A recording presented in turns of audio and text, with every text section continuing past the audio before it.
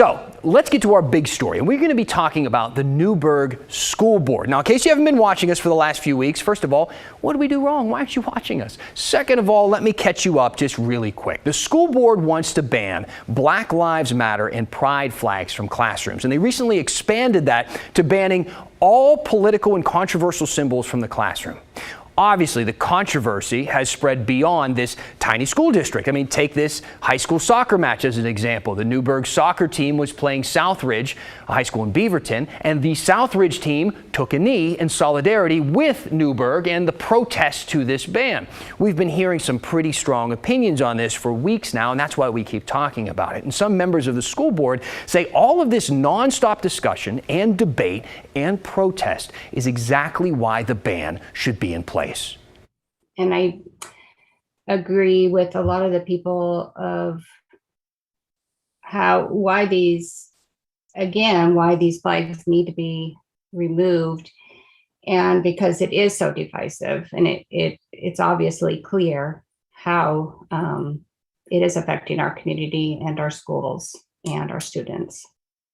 The Oregon Department of Education and the Oregon School Board Association, they've weighed in on this week, both saying that Newburgh needs to reverse the ban. They say it's illegal and a ban on free speech, and that it harms vulnerable kids. Now let's start with that second point about vulnerable kids. The Oregon Department of Education put forth a resolution this week that, quote, specifically calls on the Newburgh School Board to encourage district staff to celebrate and stand in solidarity with students through the use of signs, flags, place cards, and symbols, and affirm in words, policy, and action that every student belongs. Now, last year, they put out a, quote, student success plan for LGBTQ kids. One of the things that they recommended was that schools hang posters encouraging safe spaces for marginalized kids. And the school psychologist at Newburgh, who regularly talks to kids who are having a hard time in school, spoke up at this past week's meeting and said that it was necessary to create safe spaces. Now let's pivot to that first point that they made. Is this a ban on free speech? That's where it becomes a bit of a gray area. Now, first, we got this question from a viewer, Manic Sarah, I can relate. They wrote, consider the other side of this. Would you want classroom teachers to hang up Confederate flags or Trump stickers? The things in classrooms set the tone in the class. If a student is being distracted by pride flags, where's the education? So first of all, the Confederate flag, or like a Nazi symbol, something like that, anything that is outright hate speech is already banned from Oregon classrooms. The Oregon Department of Education made that decision last year. But we're not talking about the hate symbols here. The other side argument actually came up in a school district in Pelham, New York last year. The school district tried to ban the thin blue line flag. You know, some people say that supports police officers. That's what I always knew it as. Others say it is threatening, especially to people who have been targeted by police brutality. They find that to be a threatening symbol. And it started a debate that the school district decided to then ban all political speech. And we wanted to get some more perspective on this. So we went to law professor Laura Appelman with Willamette University to get some more perspective.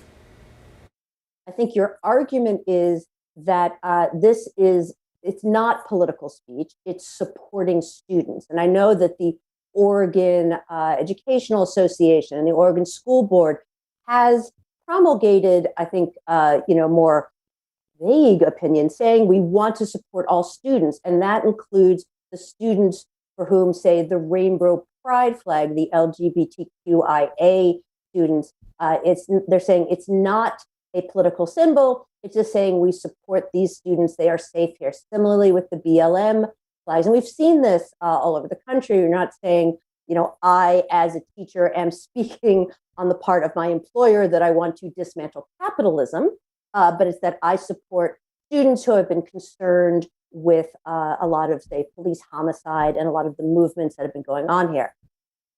The problem is it's a little, because I think that these flags especially mean different things to different people, right? And so I think for the school board that banned them, they are seeing this as much of a political symbol as, say, a Proud Boys banner in a classroom, which I do not, or John Burke, right? Or even a Nazi symbol, although I think that's obviously the most, and that's, of course, where free speech stops in the classroom.